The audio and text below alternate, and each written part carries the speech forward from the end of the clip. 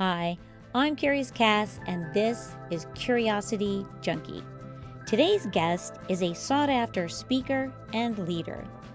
She is a psychotherapist who meets her clients at the intersection of spirituality, psychology, and science.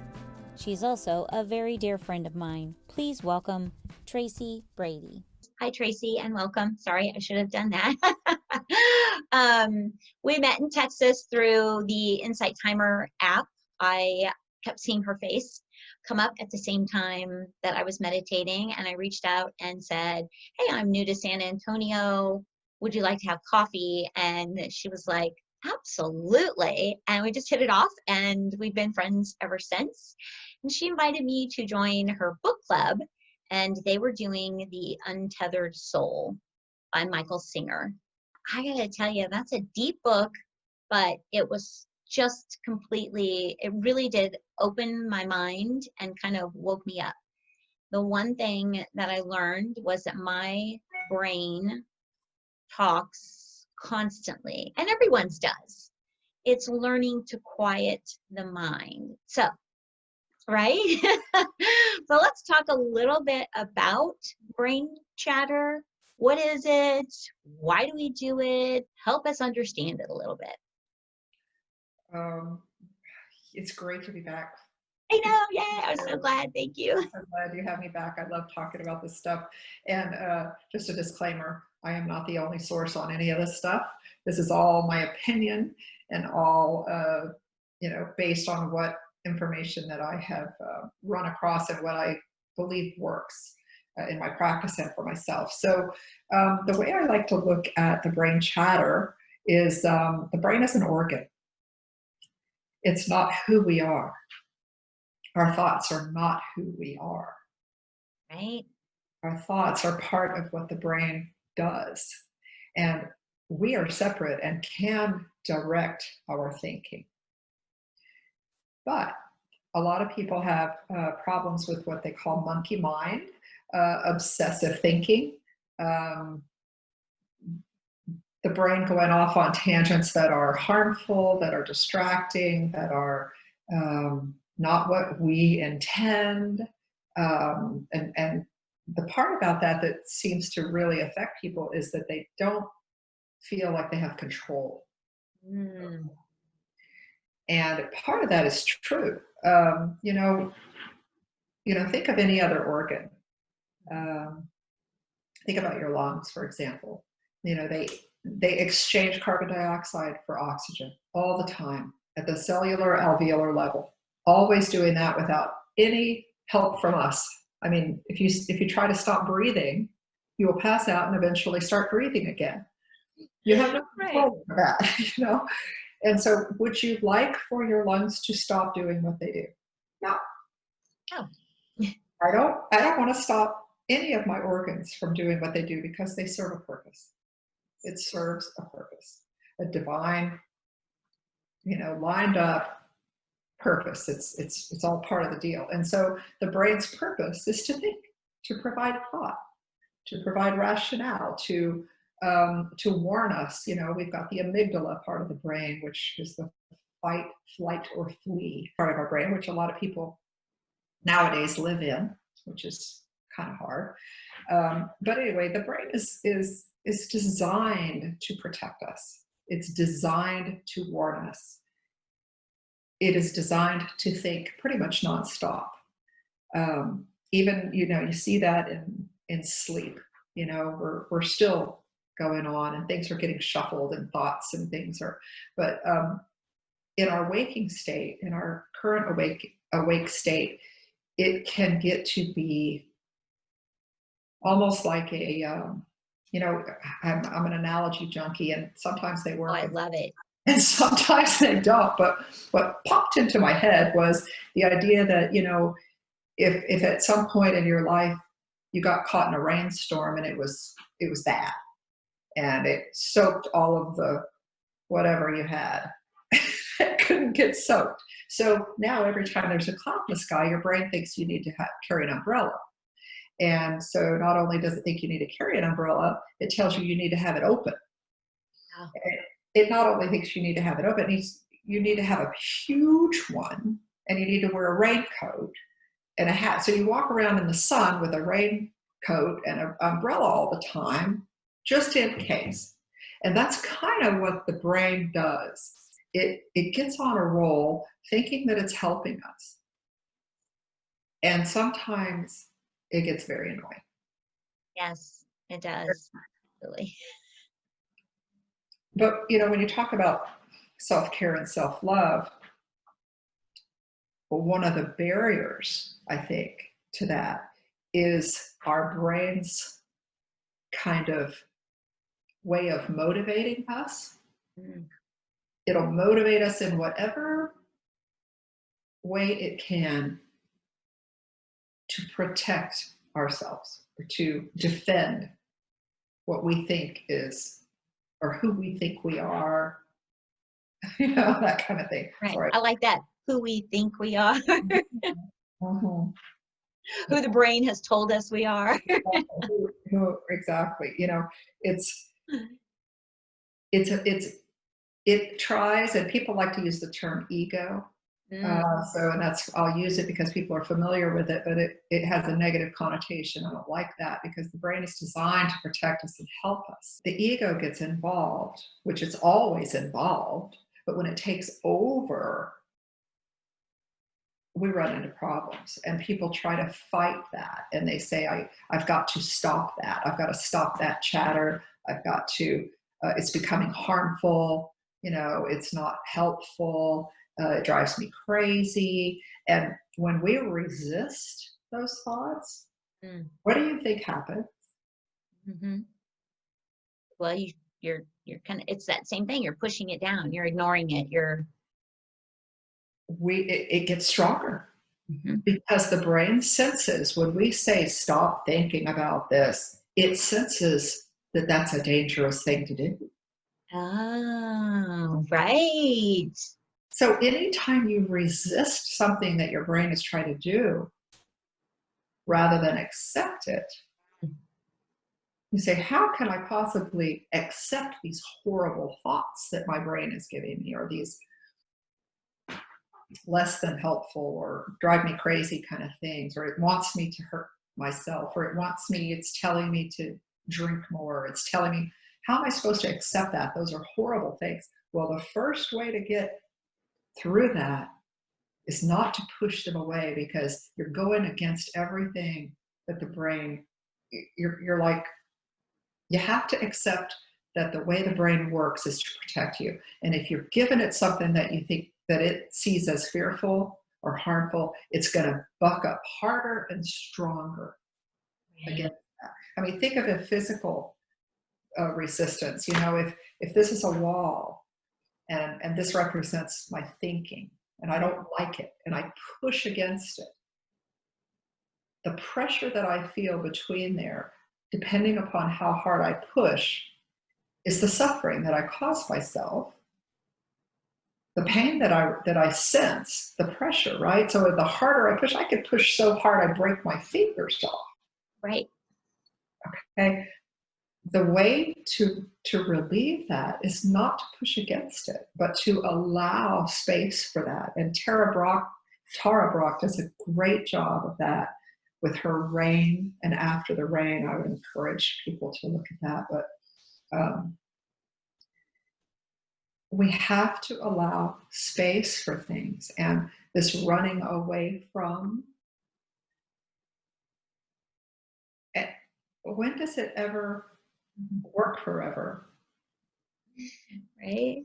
Eventually, we run into a place where it stops working, and we have to find another way. So we're always searching, and we're never, or our sense of feeling at peace is so fleeting Mm. that we're constantly, okay, now when this ends, what am I going to have to do to get it back? Oh my God, that just makes my heart rate jump, like just thinking about it. Right.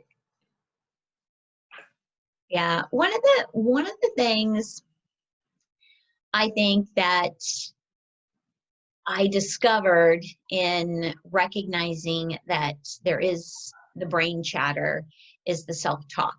For me, it was what I was telling myself without even realizing I'm telling myself these things that kind of kept me in a cyclical pattern.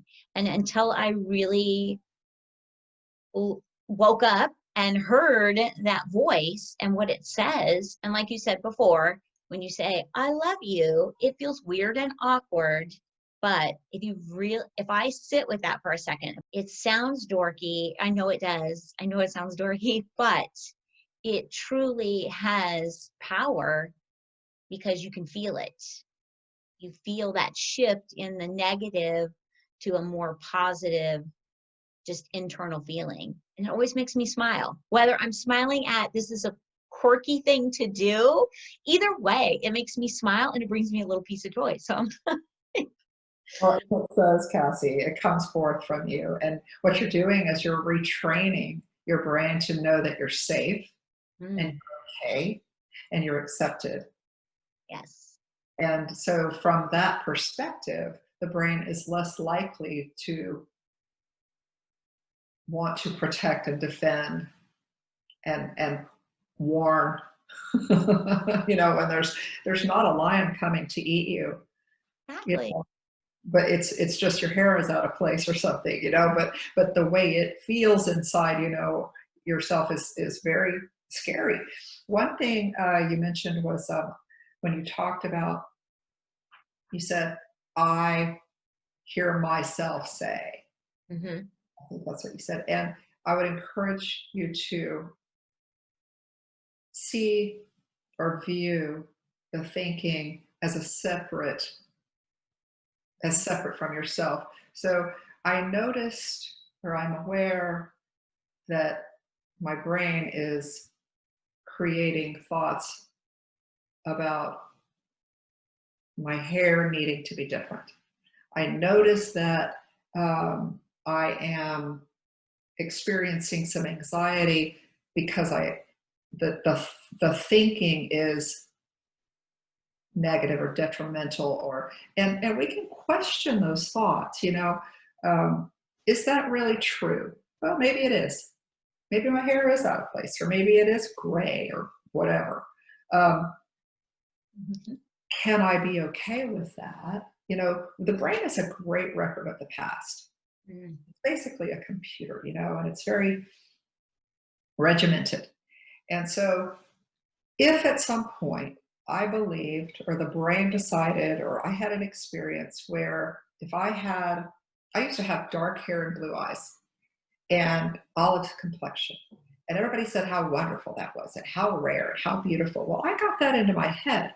So when I started turning gray, it was like, there's something wrong. I'm not going to be as attractive. I'm not going to be as unique. I'm not going to be. And what does that mean in my brain? My brain tells me that that's unacceptable. That's like a lion coming to eat you. So I start pouring all sorts of color on my hair, trying to make sure that I'm accepted. And the reality of it is that even if I am accepted externally by the masses because I conform to whatever the masses say I'm supposed to do in order to be accepted, if I don't accept who I am, Mm. I'm still going to feel unacceptable. Yeah, and I think a lot of people, male, female, I think it's a human condition that do kind of get caught up in that and what other people think versus what really is important to you. So, yes, and thinking about the brain and its manner of controlling us, Mm. Hmm. that's it can only go with what it has been exposed to. And so if I were exposed to a childhood where certain things were acceptable, certain things were unacceptable, and I told myself, or I made this vow, or my brain created a rule, Mm. Mm-hmm. when I was 5 or 7 or 12 or something like that, that might have helped me at that time. It was likely something that my brain needed to create for me to protect myself. At 30, 40, 50, 60, unless those belief systems are brought to the surface, we become aware of them, we examine where they came from, and make new decisions about them, they're going to run on automatic. One of the things that I like to say to myself, and I encourage other people, when they say, I'm hearing this thought, or I'm believing this, or something, whatever thought is causing suffering, I say, who is saying that? Oftentimes it's a caregiver or a parent. It's not something that's coming from the depths of our knowing. Right. And often we can trace these back to conditioning, and then we get to make a new decision about whether or not that's serving us at this time. Because remember, the brain is all about protection and all Mm-hmm. one. And if we decide or tell ourselves or tell the brain or acknowledge that, yes, this was a time where we did need you to think that way, and we appreciate that. But now it's not so helpful. But still appreciate the effort that you're giving me, brain. Talk to it like it's a friend, because it really is a well-intentioned friend that sometimes just doesn't have the whole picture. And Mm-hmm. it's, you know how you'll talk to a friend about something going on in your life or your relationship, and it's almost always something bad that we need somebody to talk about, right? Talk to. And so they'll remember 6 months down the line how, your partner said something ugly to you. Well, 6 months has occurred, Mm-hmm. and you guys are way past it. You don't even remember it, but they're still on it. Yes. And they're like, that jerk, or yeah, he's still being so mean. And you're like, what are you talking about? That's the way the brain thinks. It's got your back all the time. So when you hear these, when you stop and become aware of what is running in the background, Mm-hmm.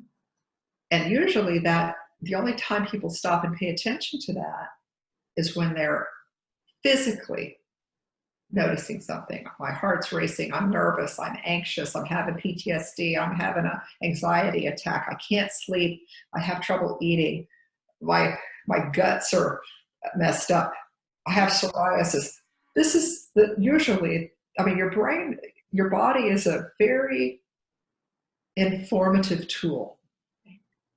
And if we pay attention to what messages we are allowing ourselves to believe, Mm-hmm. allowing ourselves to run on automatic, a lot of those things can be cleared up. Yes. The thing you said that kind of stuck with me is your brain is your friend. I don't think I've looked at it that way. I think I've been looking at it more like it's telling me things that aren't necessarily good for me, because I'm only noticing it when it's saying something negative, instead of appreciating, like you said, that's a great, well, like, why would I say that? And who is saying that? It's Yeah. brain. Yeah. How is it? How is it? How are you trying to protect me by saying this? What automatic programs are running in the background Yes. of my experience and my subconscious that's informing my cognitive expression that I'm hearing today? Right. I mean, Do you think some of that has to do with the stories that we tell ourselves, and we tend to start that story kind of like what you were saying, start that story when you're young, and in the time it served you, and over time maybe it's changed and the story's gotten bigger, or it's developed into a full-blown movie and you're that story's constantly running in the back of your head. So when something does come up from the brain, the story kicks in, or even in life, that story kicks in. Is that the brain also then, that storytelling that you've held on to? What is that piece? Well, you're reaching into what I consider the brain's um, part in creating our reality. Mm. And as long, the brain's a file system, and it expects, like when you're 2 years old and you learn what a ball is, and you learn that it's round. And so every time the 2-year-old, you have a grandson now, right? Yes, Sam. Mm-hmm. He's not He's too. adorable. I know.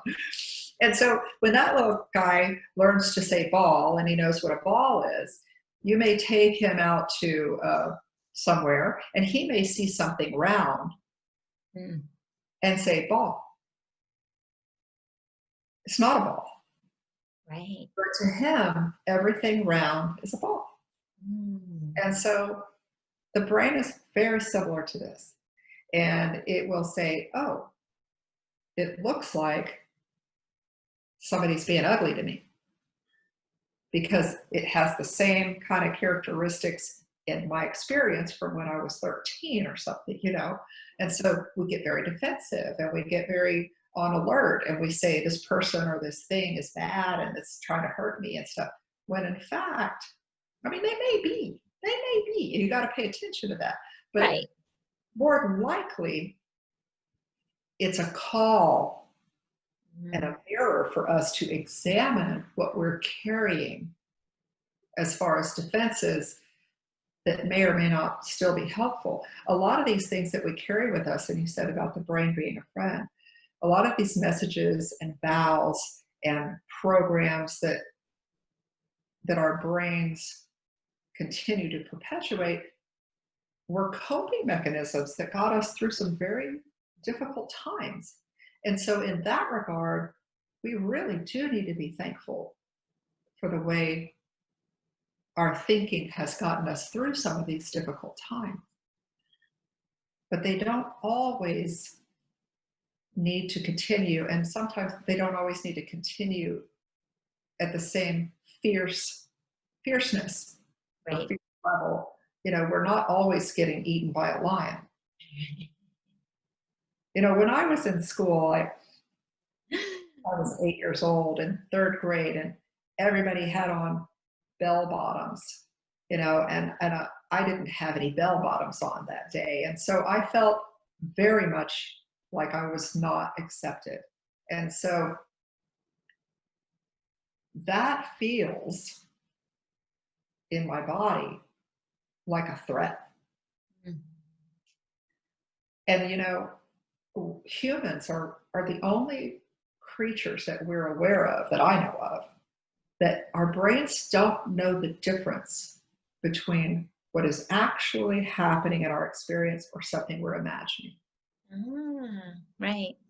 Because think about it, you can imagine yourself at the beach, Mm-hmm. and hear the ocean, and you can smell the breeze and the salt air, and you can feel the sand and the sun, the heat of the sun warming your body, and even the terry cloth of your towel. I mean, you can really experience being there, and you're not there. So if you think about it, if your brain is creating these, or coming from a scary scenario, Right. for example, that we've experienced in the past, because it's a record of the past, and it says this is also a ball. Mm-hmm. Right. It's really a very interesting concept, but one that starts with awareness that we are not our thoughts. We do have some ability to work with our brain, although we cannot stop it, and nor should we want to, because it's the only thinking part that can carry messages down to my fingertips when I touch a hot flame. So we don't want to shut that thing off. It's important. Right, right. I think that's amazing in that during this time together, I just had a complete mind flip. I don't know what you want to call it, in that I really, from reading that book and recognizing the mind chatter, I was really kind of almost in a battle, I think, over the last few years with trying to not really turn it off, but to quiet it instead of being able to accept it, which I think speaks to how I have always dealt with things. Push it down, quiet it, don't talk about it, ignore it, everything's going to be okay, which I don't know if it's just me, but I feel like a lot of people do that. We are not taught to deal with our emotions, with our feelings. And so it's easier just to ignore it. So I'm so glad you said that you really have to look at it, but it is your friend. You wouldn't want to turn it off. It's like your lungs. It does help you breathe. It keeps your body moving. It does protect you. And that is its sole purpose, is to protect you. And I think now that I look at it that way, it'll feel more like a team effort instead of a battle, and working together, which is fantastic. Like, That's awesome. this is why I love talking to you, because I always get something super powerful out of it. I think I have shit figured out, and then I go, oh, wow. Well, I'm happy for you. That's good. That's awesome. Well, I hope somebody else out there got something out of today's episode. Anything else you would love to share with the world? I'm just very grateful that somebody will, like you, will allow me to have somewhere to speak this stuff, because I really believe that it can help a lot of people be more at peace with themselves and then bring more peace to the world. Absolutely. And I'm so grateful that you want to be a part of this and share your knowledge with me and the rest of the world. Like, I just think it's phenomenal. So thank you. And thank you all for tuning in today. And we will see you next week. Have a great day.